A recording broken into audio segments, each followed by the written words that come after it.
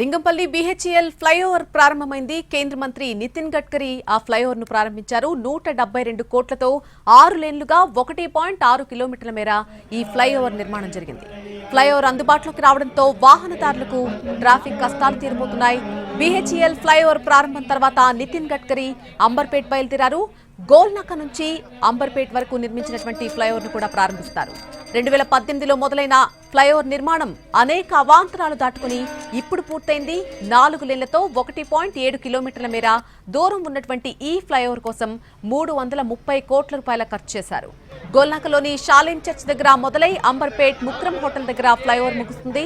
ఈ ప్రాంతంలో ఏళ్ల తరబడి ఉన్న ట్రాఫిక్ సమస్యకు ఇది పరిష్కారం చూపుతుందని అధికారులు చెబుతున్నారు.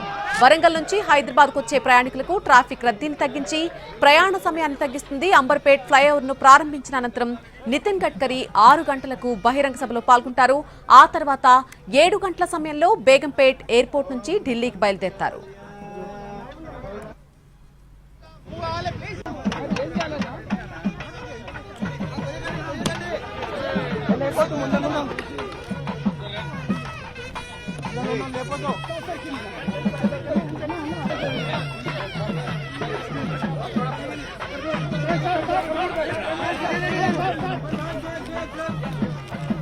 కాసేపట్లో బీహెచ్ఈఎల్ ఫ్లైఓవర్ ప్రారంభం కానుంది. ఈ ఫ్లైఓవర్ ప్రారంభించి జాతికి అంకితం చేయనున్నారు కేంద్ర మంత్రి నితిన్ గడ్కరీ.